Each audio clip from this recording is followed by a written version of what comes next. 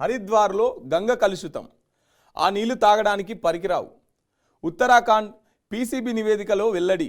ఉత్తరాఖండ్లోని హరిద్వార్ వద్ద గంగా నది నీళ్లు కలుషితమయ్యాయని, ఆ నీళ్లు స్నానానికి తప్ప తాగడానికి పనికిరావని ఆ రాష్ట్ర పొల్యూషన్ కంట్రోల్ బోర్డు పీసీబీ వెల్లడించింది. ప్రతి నెల హరిద్వార్ చుట్టూ 8 ఏరియాల్లో గంగా నది నుంచి నీటి శాంపిల్స్ సేకరించి టెస్ట్ చేస్తున్నామని, తాజాగా నవంబర్ నెలలో సేకరించిన శాంపిల్స్ను టెస్ట్ చేశామని తెలిపింది. ఈ టెస్టులు వాటి ఫలితాల వివరాలు బుధవారం ఒక నివేదికను పీసీబీ విడుదల చేసింది.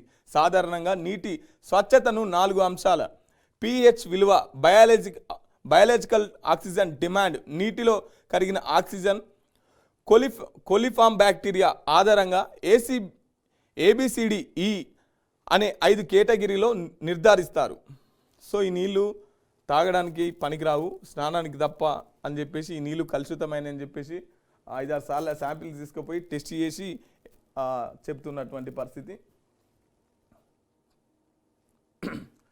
పోలీస్ డిపార్ట్మెంట్లో ట్రాన్స్జెండర్ల రిక్రూట్మెంట్, ట్రాఫిక్ అసిస్టెంట్లుగా నియామకానికి సెలక్షన్స్, గోషామహల్ పోలీస్ గ్రౌండ్లో ఈవెంట్స్, 44 మంది ఎంపిక, త్వరలోనే ట్రైనింగ్, నగరంలో traffic monitoring duty, drunk and drive తనిఖీల్లోనూ సేవలు, రోల్ మోడల్గా నిలవాలని సిపిసివి ఆనంద్.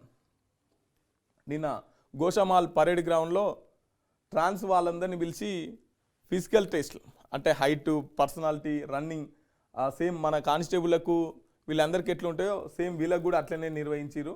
దాంట్లో 44 మంది ఎంపికైనారు.